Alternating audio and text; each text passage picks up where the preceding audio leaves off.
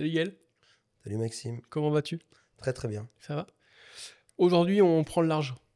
On va parler de comment bien lancer sa saison en mer. Donc, D'accord. on va parler de timing, on va parler d'espèces, on va parler de pêche du bord, on va parler de pêche en bateau. Tu vas nous expliquer un peu tout ça. Mais avant tout, tu vas nous dire comment bien préparer sa saison. Donc là, pour toi, une saison, quand est-ce qu'elle commence la saison en mer et quand est-ce qu'elle se termine déjà, dans les grandes lignes? Alors après, c'est quand on dit en mer, moi je vais parler de ce que je connais Ouais, bien, c'est-à-dire la Manche majoritairement. bien sûr. Je fais un petit peu l'Atlantique, Méditerranée, je fais beaucoup moins. Ok. Donc après, évidemment, je l'ai fait un petit peu, j'ai deux, trois points, mais il y a quand même des grosses disparités entre les trois. Donc si on pense que je connais le mieux la Manche, clairement, là maintenant on a un peu des restrictions pour la pêche du lieu. Ok. Sans quoi, avant, j'ai envie de dire, l'hiver, dès qu'on avait un créneau, on avait tendance à aller pêcher les lieux sur épave. C'était un peu la petite sortie hivernale sympa là jusqu'au mois d'avril, Ok. pêcher les lieux. Là, il y a des restrictions, donc on va les pêcher un peu moins. Ça dispense pas, notamment sur les côtes bretonnes là. Il y a quand même des endroits où il y a des lieux, alors ils sont pas si gros que ça, pas aussi gros que sur épave. Comme des endroits où il y a des lieux un peu moyens là qui font entre 800 et 1,5 kg, 2 kg à pêcher dans pas trop d'eau qu'on peut relâcher facilement. Ça peut valoir le coup d'aller faire une petite sortie. En général, où ils sont, eux, c'est sur des plateaux de roche avec des laminaires. C'est bien rare qu'il n'y ait pas des vieilles à se trimballer puis quelques barres au milieu. Donc on peut faire un peu une petite sortie, on va dire, là, début avril, de reconnaissance, mise à l'eau du bateau, sans s'énerver, et puis essayer de faire des petites pêches au leur souple là, entre 7 et 15 mètres d'eau, là, pour voir si jamais, pendant que l'eau est encore un peu fraîche, si jamais encore il y a quelques lieux à la côte. Du bord, c'est compliqué pour le moment. Du bord, pas spécialement, c'est-à-dire qu'il ne faut pas être exigeant. Ok. C'est toujours pareil, il y a des... Ça fait 2 ou 3 ans où les passages de macro, par exemple, ils sont un peu difficiles à cerner. Donc là, je vois, là, il y a... C'est début mars, là, il y avait déjà des macros sur les côtes en Normandie, là. Donc il peut y avoir ça. Et après, il y a quand même, pour toutes les côtes rocheuses, là, donc je pense tout ce qui est Cotentin, mais c'est pareil, toutes les côtes bretonnes, là, pêcher les vieilles. Elles, par contre, en général, au printemps, elles sont assez joueuses. Donc on cherchera plutôt les petits coefs. S'il y a du soleil, c'est quand même mieux en règle générale. Et à pêcher les tombants de roche. S'il y a des moules en général, c'est quand même signe qu'il y a des chances d'avoir des vieilles. Et pour le coup, là, on va faire des petites pêches assez sympas du bord, texan, créatures, tout ce qui est créatures, écrevisses, les chattes, ça marche aussi. Euh, En général, on en profite pour faire du tri dans les boîtes. C'est-à-dire que les vieilles, ça a des dents. Ça coupe un peu les leurs. Après, clairement, on est quand même bien content d'aller faire cette balade. Parce qu'on est en bord de mer, on respire un peu, il y a des belles lumières. Les touches, elles sont juste géniales. En texan, là, ça te fait des ton, ton, ton, ton dans la canne, là. Et le truc, c'est que tu fais, faut la sortir direct du caillou, sans quoi elle rentre dedans. Donc, il y a ce côté bras de fer. Et après, il y a le côté coloré de ces poissons-là, là, qui reste juste magnifique. Donc, même si, j'ai envie de dire, un pêcheur d'eau douce, là, qui se languirait un peu de l'ouverture de la pêche en mai, s'il n'est pas trop trop loin, là, il prend une canne en 2,40 m, 10-40 grammes, une tresse en 17, un bas de ligne en 40, deux trois balles, deux trois hameçons, les créatures, tout ce qui est dans les tons bruns, tout ça, ça marche toujours, là. Et il file en bord de mer, là, sur une côte rocheuse, pêcher avec ça. Il va passer un vrai bon moment. Si t'es à 2-3, tu rigoles vraiment. Eh ben, c'est une très très bonne information déjà. Donc la Voilà. saison, on peut vraiment la commencer de bonne heure, limite pendant la transition, bah, pendant la fermeture. On peut la commencer pour la fermeture, en sachant que les bars, là, ils arrivent, hein, au mois d'avril. Il y a vraiment des poissons à revenir. Il y a les poissons qui vont suivre un peu les bancs de sardines, là. Donc ça arrivera, tout ce qui est Cap Fréhel, tout ce qui est la pointe Cotentin et tout ça, là, on peut avoir vraiment dans les rats là, des grosses arrivées de poissons qui restent derrière les bancs de sardines. Et après, il y a les endroits, il va y avoir les poissons qui vont rentrer dans toutes les parties estuariennes, qui chauffent plus vite, là, qui vont plus aller manger des crabes. Donc ça, je pense notamment toute la Bretagne, là, il y a vraiment ce qu'il faut pour ça. Et après, on a les poissons qui vont aller sur les côtes, là où il y a les lançons notamment. Et donc côte de granit rose, ça marchera là. Là, tout ce qui est, c'est pareil, le nord de, enfin Antifer, Le Havre, Fécamp là. On va retrouver des poissons là-dessus et ça va arriver un peu plus tard sur Coursol là. Mais c'est des moments où on peut trouver des poissons. Il y a deux options. Il y a les gros poissons qui vont rentrer dans les fonds d'estuaire qui seront plutôt tout seuls. Et après, par contre, ceux qui seront un peu décalés là dans les profondeurs, les 8, 13, 15 mètres là, il y aura des grandes zones vides et par contre, on peut tomber sur des zones où il y a des belles concentrations de poissons. Ok, donc ça, Voilà. Pour le début de saison, on a quand même quoi? Ça commence, normalement en mars, ça peut commencer. Mais c'est courant avril où ça va monter en puissance avec mai là où ça se réveille fortement. Donc, ensuite, début de saison, comment bien préparer sa saison? On a dit dès avril, on peut déjà commencer à s'amuser Mhm. sur de la vieille, enfin, Des vieilles, des lieux. Il y en a qui vont pêcher un peu les poissons plats au large là d'accord. aussi, hein, là, tout ce qui est turbo là. Moi je fais pas trop ça, mais ça marche aussi. Ouais. Et ensuite, tu disais, courant de la saison, là, mai, juin, t'arrives dans le vif du sujet. Ouais, pour moi, le top du top, c'est juin. Là, ça D'accord. commence vraiment. Bah, en fait, ce qui se passe, c'est que les poissons, bah, ça y est, ils ont mangé, ils se sont refait une santé, ils sont beaucoup plus mobiles, l'eau, elle chauffe. On peut déjà espérer les toucher sérieusement en surface avec des vrais pics d'activité. Et ils sont un peu plus partout sur les côtes. Donc, il y a moins de chances de passer au travers, en fait, sur juin que sur avril, où des fois, ça se joue à pas grand-chose. Il y a une détection que tu as loupée et résultat, tu as raté un peu ta journée, quoi. Et c'est pas les mêmes pêches. C'est-à-dire que les pêches de début de saison, 9 fois sur 10, alors si on parle de poissons, encore une fois, hors estuaire, Bien sûr. on parle de poissons, plateau de roche, bateau, là on va pêcher voilà, entre 8 et le 8-16 mètres, là c'est bien en général, 8-12 en général on est dedans. C'est des leurres, par chez nous souvent pas trop gros, à pêcher loin derrière, canne basse si possible, vraiment à gratter le substrat, c'est des petites touches et les poissons font pas des combats de l'espace. Donc après, évidemment, c'est clair qu'arrivé début juin là, ou mi-juin, là, quand tu commences à ramener des lames plein travers du courant ou avoir des poissons qui montent aux poissons nageurs ou en surface, évidemment, tu revis ta saison bar, elle est vraiment lancée là, pour moi. En juin. Est-ce- Voilà. Comment tu pourrais conseiller à un débutant, quelqu'un qui veut débuter à mer, comment bien choisir ses spots? Or, je suppose qu'il y a, comme beaucoup de pêche, une vraie question de saisonnalité. Si on prend le début de saison, on disait mars, on a un petit peu parlé là, les spots à pêcher dans les rochers, etc. C'est ça, mars, ça va être vraiment les estuaires. Ok. Tous les endroits où les gros reviennent en premier, là où ça chauffe un peu, les ports, les estuaires. Donc là, pour un débutant, c'est port, estuaire, début de Ouais, saison. alors un débutant en mars, il va quand même s'embêter. Ok, C'est-à-dire qu'en mars, s'il veut faire quelque chose, fin mars, il peut commencer à aller pêcher des vieilles pour ok. s'entraîner, aborder un peu, voir la côte, comment ça se passe. Au niveau de l'outil, au niveau de l'équipement même, au niveau des chaussures et tout, voir comment. Parce que le bord de mer, en fonction du type de rocher, ça peut être très glissant, ça peut être hyper abrasif, ça peut être des galets. Donc chaque milieu est différent. Donc quand on se lance dedans, là, ce ne sera pas forcément les mêmes pompes, ce ne sera pas forcément les mêmes semelles. Parce que tout ça, tout a pêché un peu en bord de mer, tous on a pris des gamelles plus ou moins belles. Mais c'est vrai que c'est mieux de prévenir un peu et d'être équipé déjà en fonction de l'endroit où on va. Donc faut s'armer de motivation en tant que débutant si on veut vraiment commencer Ouais, en début de celui saison. qui veut vraiment débuter, faut commencer l'été. Ok, Faut attendre là, à partir de juillet là. Après c'est pareil, ça dépend vraiment des zones, mais à partir de juillet, pour faire des coups du soir ou des pêches la nuit, là ça devient très bien. Et après, si c'est un débutant qui veut pêcher plus la journée, on va attendre la période d'automne, là, où les poissons se rapprochent du bord, où ils mangent, ils un peu sont plus simple. beaucoup moins sélectifs. Il y a des gros poissons en plus, donc ça permet déjà de se faire plaisir d'entrer. Et en plus, tu vas avoir des orphies, des maquereaux, alors pas mal d'espèces mélangées là, qui font il y a de la touche. D'accord. Et donc ça permettra déjà de se faire une idée des différents montages par rapport au type de poste. Quel matériel et l'heure tu privilégies en début de saison là comme ça? On va dire, alors début de saison, on va dire mars, avril, début mai. D'accord? Pour essayer de. Ok, bah tout ce qui est pêche d'estuaire, là, on va pêcher beaucoup avec des imitations crabes. Donc tout ce qui est, bah, quand je mets crabe, une écrevisse, Une point écrevisse, ouais. barre, hein, voilà. Donc tout ce qui est écrevisse dans les tons un peu naturels, là, brun, violet, noir, ça marchera. Tout ce qui est, on peut adjoindre dessus des petits rubber jigs, ça marchera très bien. Après tout ce qui est un peu créature. Et ça sera la base pour les pêches d'estuaire. Après, ça change pas qu'on peut mettre des imitations de poissons de fond.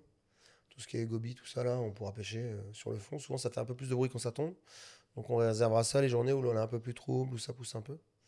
Mais ça reste à voir. Et après, tout ce qui est extérieur, moi, les leurres de début de saison, par chez nous en général. Alors, deux salles, deux ambiances. Si je pêche la pointe Cotentin, par exemple, en général, je vais pêcher direct avec du lourd. C'est-à-dire, on va pêcher des rats, beaucoup de courant, des poissons qui mangent des sardines, là, des grosses proies. En général, ça va être nitrochat 180, on va pas chercher, grosse tête, Ok. traction, une canne de bourrin.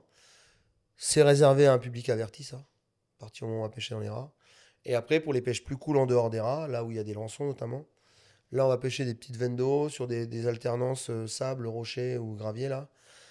Et là, en règle générale, je préfère les petits leurres. C'est-à-dire NitroShad 90, NitroSlim, la plus petite taille, Magic là. Swintail? Magic Swingtail, on va le sortir un poil plus tard. Un peu plus tard. C'est-à-dire que là, j'aime vraiment, là, sur ce début de saison, si on reste, on va On dire, va rester début de saison. si on reste jusqu'à mi-mai, là, Mi-mai, ouais. j'aime beaucoup pêcher loin derrière, avec un shad qui vibre un peu, là, et la canne un peu basse, vraiment à raser le caillou sans trop animer.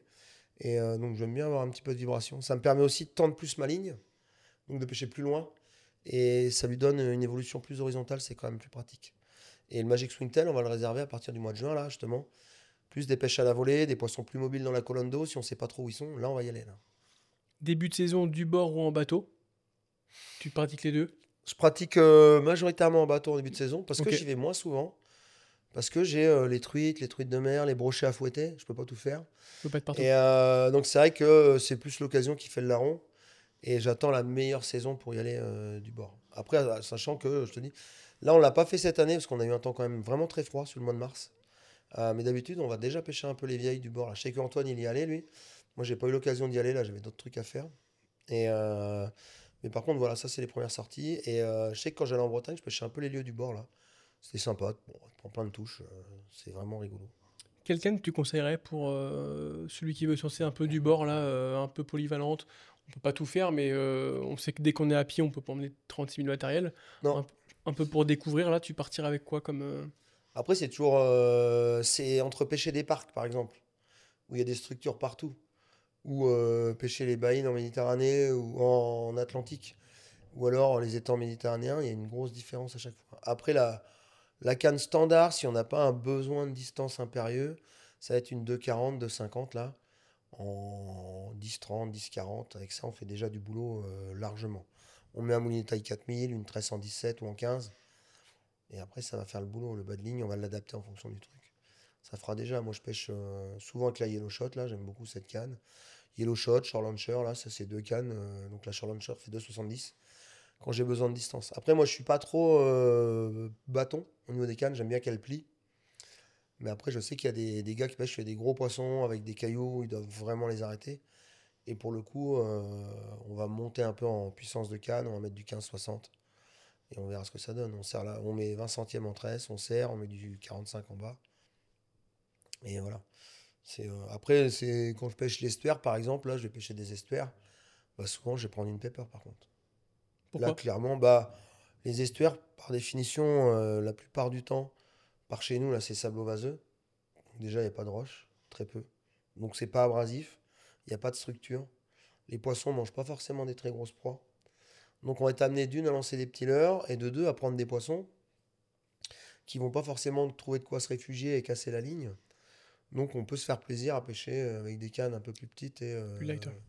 et là, ça va bien. Donc, dans ces cas-là, c'est pas, on en revient toujours au même. Si j'ai besoin de distance, je vais prendre une Silver Hmm. Bullet en 2,60. Sans quoi, je vais prendre en 2,40 là. Ma Stripe Up, ça fera très bien le boulot. Quel poisson on peut vraiment espérer toucher, là, sur nos premières sorties, là? Mars, avril? Ben, les vieilles, les lieux jaunes, éventuellement des macros. Il y a des endroits où il y a beaucoup d'orphies qui arrivent en avril. D'accord.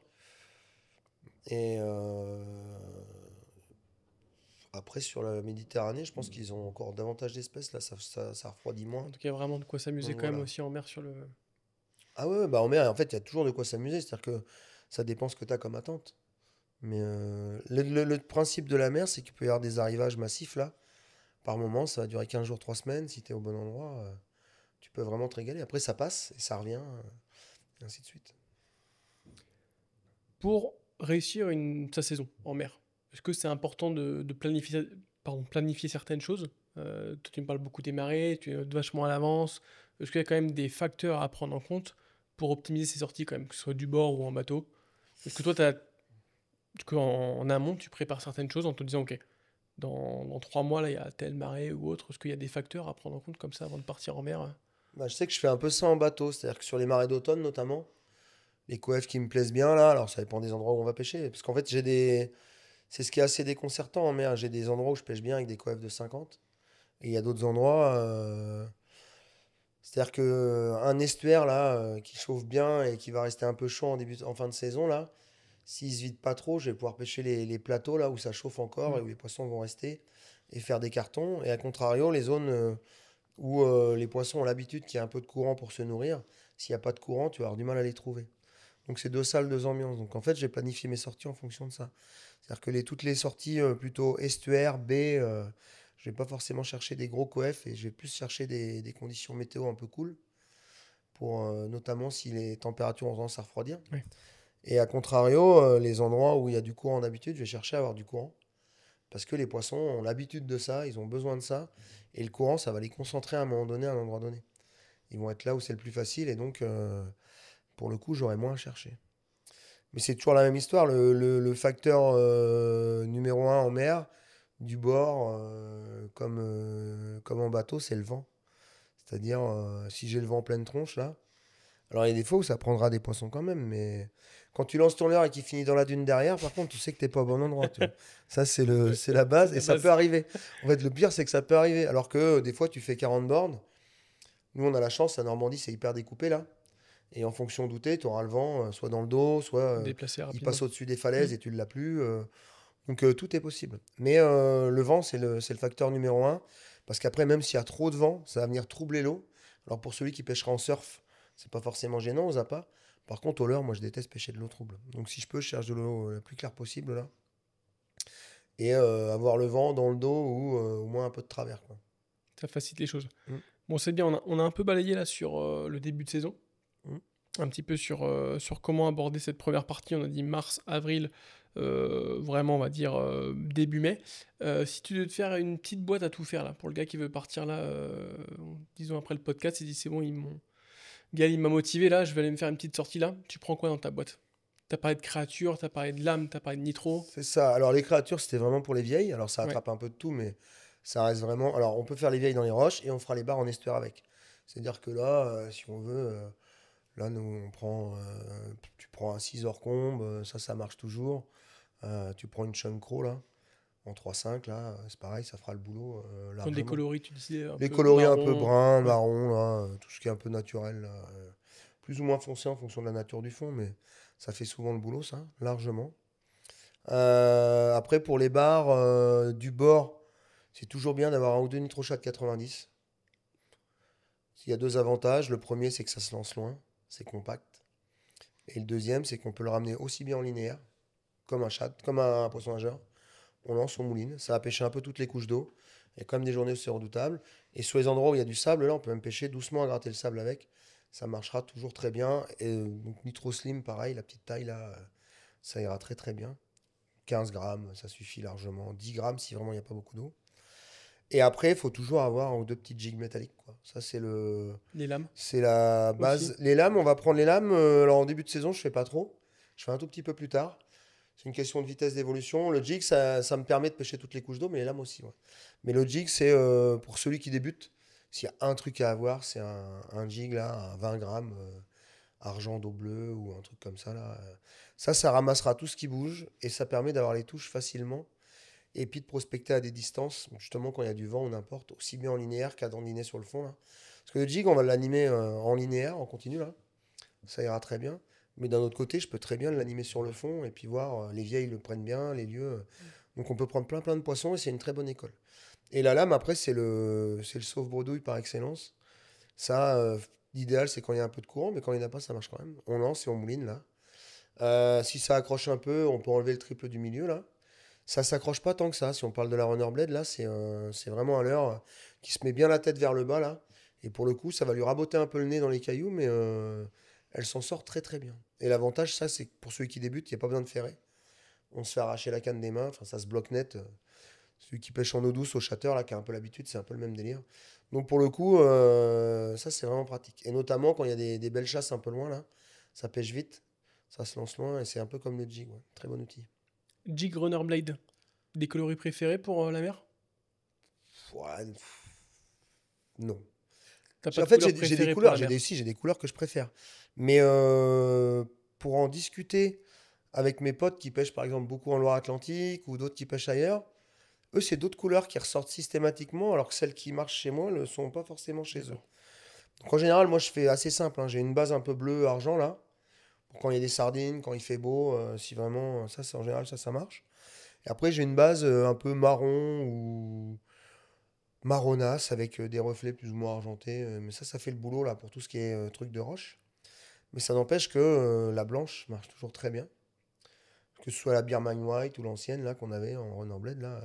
Ces deux couleurs blanches marchent bien, mais pas partout, pas tout le temps. Donc, et je vois là, cette année, on a fait des cartons, par exemple, avec la Fire Tiger, ou avec la perche, là, notamment.